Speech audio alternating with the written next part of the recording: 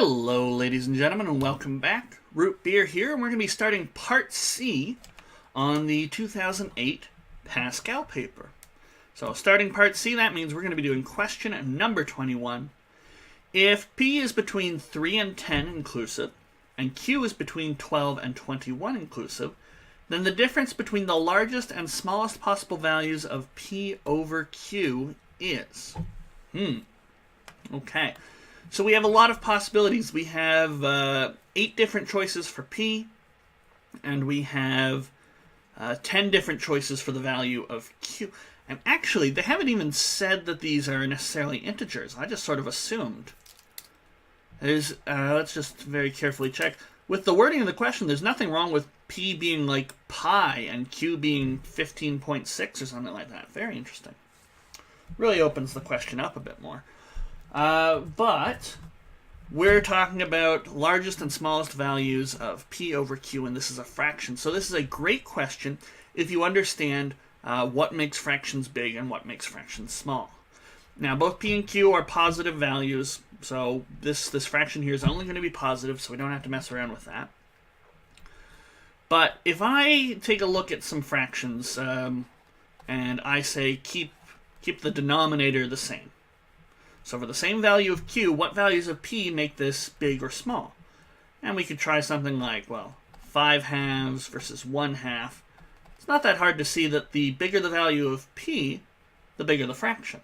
And the smaller the value of P, the smaller the fraction. So P being large makes P over Q large. P being small makes P over Q small. Okay, and that's what happens if we keep the same Q. Now, so if we said, well, Q is going to have to be 15, what would get me the biggest and smallest fractions? You'd take P as 10, you'd take P as 3, and there you'd get the biggest and smallest respectively. Now what happens if we fix the top? So maybe make the top, the numerator of the fraction, the same. What do the values of Q do? And so if we had something like 10 here, or well, let's make the no, that's fine. 10 here, and I don't know, let's say 12 here. So the bigger the value of Q, the smaller you make the fraction. And let's just stop and think about why is that? Well, fractions represent division. So I'm taking 3, the same number both times, and I'm dividing them into 10 equal parts or 12 equal parts. Because with 12 is more equal parts, each part must correspondingly be smaller than the 10 equal parts that add up to 3. So if we think about it this way, this is not unsurprising. Okay. Sorry, this is not surprising.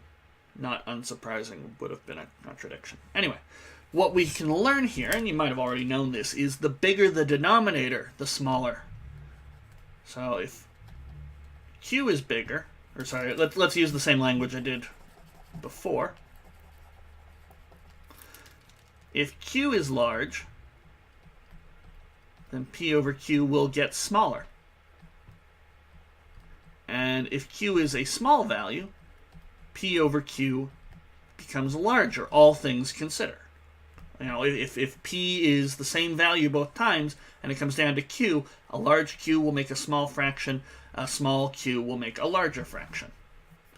So if I want to get the biggest I possibly can have, I will pick the largest P over Q will have the largest P that I can find, and the smallest Q that I can find.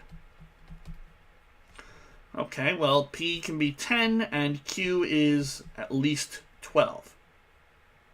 Okay, if we just go back really quickly and check. 10 is the biggest P can get, 12 is the smallest Q can get. So 10 over 12 is as big as this fraction's ever going to be. How about the smallest P over Q? Well, we would need P to be as small as possible, and we would need Q to be as large as possible. And so that would be 3 over 21 was as big as Q could get. And now we just want the difference between these two. 10 over 12 minus 3 over 21. Okay, well that's going to be 5 out of 6 minus 1 out of 7. So let's get a common denominator. 35 out of 42 minus 6 out of 42. And that will be 29 out of 42. 29 is prime, so I can't simplify that anymore. We will indeed get 29 out of 42. And that's one of the possibilities. That's A. So there we go. Okay. Now, just as a little aside, we sort of reasoned our way through this, but pick any possible value for P and Q. You know, let's pick P is pi and Q is 15.5. I know I can make this bigger by changing it to 10 and 15.5. And then I know I can make it even bigger by choosing 12 instead of 15.5. And I know I can make it smaller by picking a smaller p-value.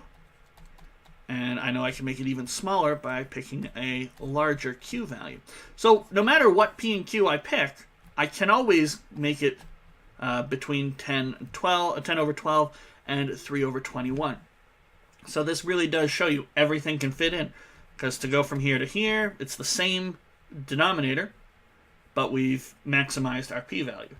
Same denominator, maximized p-value, and then to go from here to here, same numerator, but we've minimized our denominator, our q value. So it really does work out, and we do get A as our answer.